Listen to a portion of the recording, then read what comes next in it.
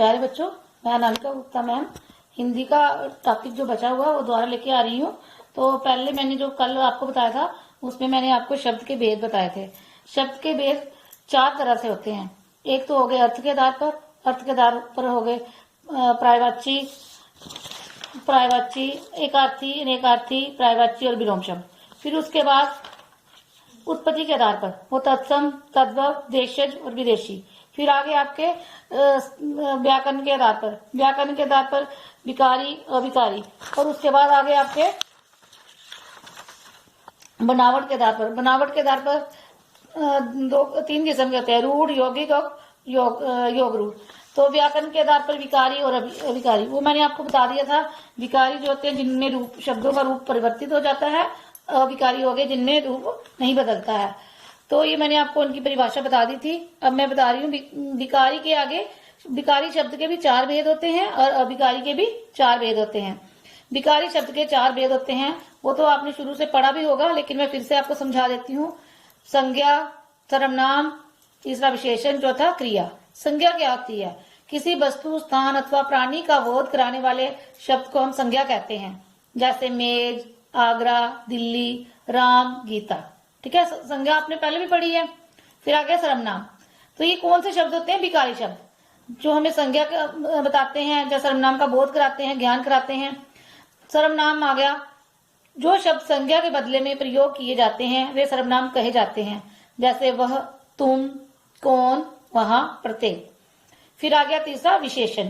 विशेषण क्या होता है? एडजेक्टिव, जो शब्द संज्ञा और सर्वनाम की विशेषता बताते हैं। विशेषता हो गया गुण या दोष, उसका अच्छा भी बताएंगे, बुरा भी बताएंगे। उन शब्दों को हम क्या बोलते हैं? विशेषण। जैसे अच्छा, काला, बुरा, तीव्र। ठीक है, अब इसका लास्ट है क्रिया। जिस शब्द से किसी कार्य के होने का अथवा करने का बोध होता है, बोध मीन्स ज्ञान होता है, उसे हम क्रिया कहते हैं। क्रिया हो गया वर्ब, जैसे खाना, जाना, पढ़ना आदि। और विकारी शब्द के बच्चे कितने हो गए भेद? 4, संज्ञा, सर्वनाम, विशेषण और क्रिया। अब आगे हम दूसरे उस पे अविकारी शब्द। अविकारी शब्द क्या होते हैं? जिनका रूप नहीं बदलता है। अविकारी शब्द के भी 4 भेद होते हैं, क्रिया विशेषण, संबंधवाचक, समुच्चय बोधक और विस्मयादि बोधक। तो अविकारी शब्द पहला है क्रिया विशेषण। क्रिया विशेषण क्या होता है? जो अविकारी शब्द क्रिया की विशेषता प्रकट करते हैं उन्हें हम क्रिया विशेषण कहते हैं। जैसे धीरे, तेज, वहां, कब, प्रातः। ठीक है, जो शब्द क्रिया की विशेषता प्रकट करते हैं उन्हें क्या बोलते हैं? क्रिया विशेषण। इनका रूप कभी नहीं बदलता है। फिर है संबंधवाचक।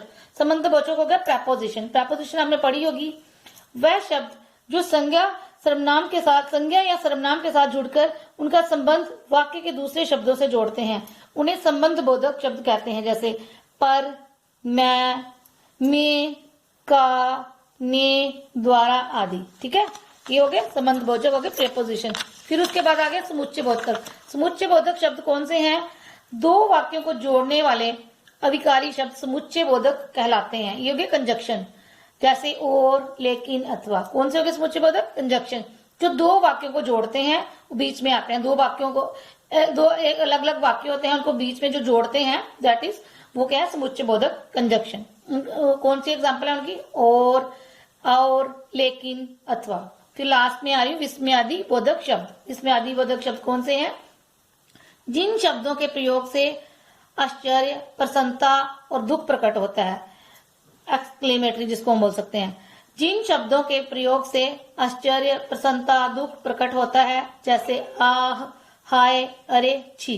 ठीक है, ये हमारा यहाँ तक ही था। ये हमें शब्द के पूरे भेद मैंने बता दिए।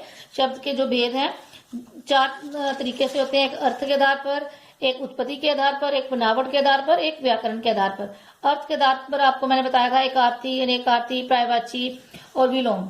उत्पत्ति के आधार पर आगे तत्सम, तद्भव, देशज, विदेशी। और बनावट के आधार पर आगे हमारे रूढ़, यौगिक, योग रूढ़। और व्याकरण के आधार पर आगे हमारे विकारी और अविकारी। विकारी और अविकारी के 4 भेद होते हैं, वो मैंने आपको समझा दिए बच्चे। आज का यहीं तक है।